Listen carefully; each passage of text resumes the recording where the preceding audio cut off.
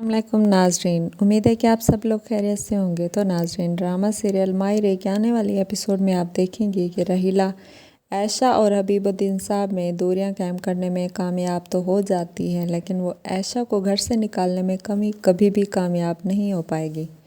इस तरह वो सोचती है कि जब वो एनी के साथ बुरा करेगी तो ऐशा खुद ब खुद घर छोड़ने पर मजबूर हो जाएगी। वो फ़ायज़ा और एनी को लेकर चली जाएगी और घर पर सिर्फ़ और सिर्फ रहीला हुकूमत करेगी और समीना भाभी भी उसका कुछ भी नहीं बिगाड़ पाएंगी, क्योंकि हबीबुद्दीन साहब उसका हमेशा के लिए साथ देने वाले होते हैं। अब वो ये देख कर नई चालें चलने लगी है। वो हबीबुद्दीन साहब से कहती है कि फ़ाखिर और एनी के ताल्लुकात अच्छे नहीं जा रहे। फ़ाखिर उसके साथ बहुत गलत कर रहा है, वो उसे सपोर्ट नहीं कर रहा, इसलिए आप उसके बाप हैं, बेहतर है कि आप ख़ुद अपनी बेटी के लिए स्टैंड लें। आप फ़ाखिर को समझाएं, अगर वो नहीं समझता तो उसे कहें कि वो एनी को डिवोर्स दे दे, क्योंकि फिर आपको आपकी फ़ैमिली गलत नहीं समझेगी। आपकी बेटी भी खुश हो जाएगी कि आप उसके हक़ के लिए आखिरकार स्टैंड ले रहे हैं। उल्टा इसमें हम सबका ही फ़ायदा है। तो वो इससे वजह पूछते हैं कि इसमें हमारा क्या फ़ायदा है, क्योंकि वो राहिला को अच्छी तरह जानते हैं कि वो बिना मकसद के कोई भी काम नहीं करती। तो वो बताती है कि जब फ़ाखिर और एनी का डिवोर्स हो जाएगा तो फ़ाखिर से जो अमाउंट एनी के अकाउंट में जाएगी वो सीधा आपके अकाउंट में ट्रांसफ़र कर देगी। ये सुनकर वो खुश हो जाते हैं, क्योंकि लालच में वो भी रहीला से आगे जा चुके हैं, लेकिन वो ये नहीं जानते कि वो अपनी बेटियों के साथ बहुत गलत कर रहे हैं। वो लालच की हवस में आके बहुत ही नुकसान उठाएंगे। और वो ये सब सुनने के बाद आखिरकार ऐशा के पास चले जाते हैं, ऐशा को ये बात बताते हैं। आखिरकार ऐशा उनकी बात नहीं सुनती, तो वो कहते हैं कि ऐशा तो मेरी बात तो सुन लो। तो वो उसे बताते हैं कि मैं एनी की खातिर अब स्टैंड लूँगा, मैं फ़ाखिर को समझाऊँगा, अगर वो नहीं समझेगा तो मैं उसे कहूँगा कि वो एनी को डिवोर्स दे दे, ताकि एनी खुशी से अपनी ज़िंदगी बसर करे।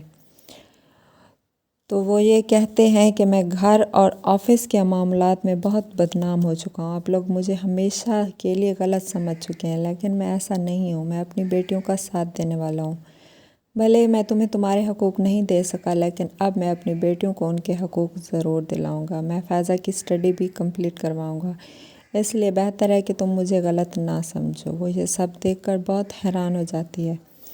वो पूछती है कि आखिर आपने अपनी बेटियों को बेटियां माना ही कब है? पहले तो आपने उनका कभी साथ नहीं दिया, अब आप अचानक से उनका साथ कैसे देने लग गए हैं?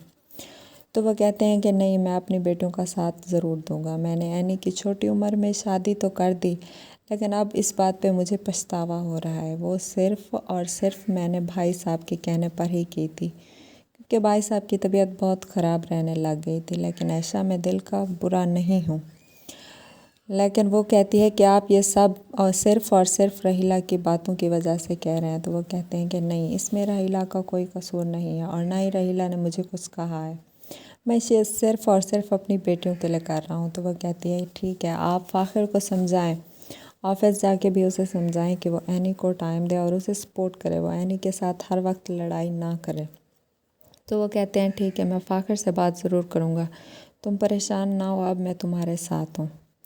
और इस तरह रहीला एमन की अम्मी से कहती है कि फ़ाखिर और एनी के बीच जो कुछ हो रहा है वो ख़ात्मे की तरफ जा रहा है, क्योंकि अब उनके हालात सही नहीं चल रहे। इसलिए मेरा मशवरा तो यही है कि आप इस खाली जगह को पुर करें। जैसे ही इनका डिवोर्स हो जाए, आप एमन की शादी फ़ाखिर से करवा लें। आपकी बेटी इस घर की बहू बन जाएगी, फिर आपको किसी के आगे हाथ फैलाने की ज़रूरत नहीं पड़ेगी, क्योंकि एनी तो फ़ाखिर की रिस्पेक्ट नहीं करती और ना ही उसे उसके हकूक़ दे रही है। तो बेहतर है जब आपकी बेटी यहाँ पे आ जाएगी तो आप भी यहाँ पे अच्छे से रह सकती हैं। आप मुझे गलत ना समझें, मैं तो आपके साथ देने के लिए ये कह रही हूँ। यह सुनकर एमन की अम्मी बहुत ही हैरान हो जाती हैं कि रहीला ऐसा कैसे सोच सकती है। तो नाजरीन, ये सब आप देखेंगे आने वाली एपिसोड में। और अगर अभी तक आपने मेरे चैनल को लाइक और सब्सक्राइब नहीं किया तो कर दें। तब तक के लिए अल्लाह हाफ़िज़।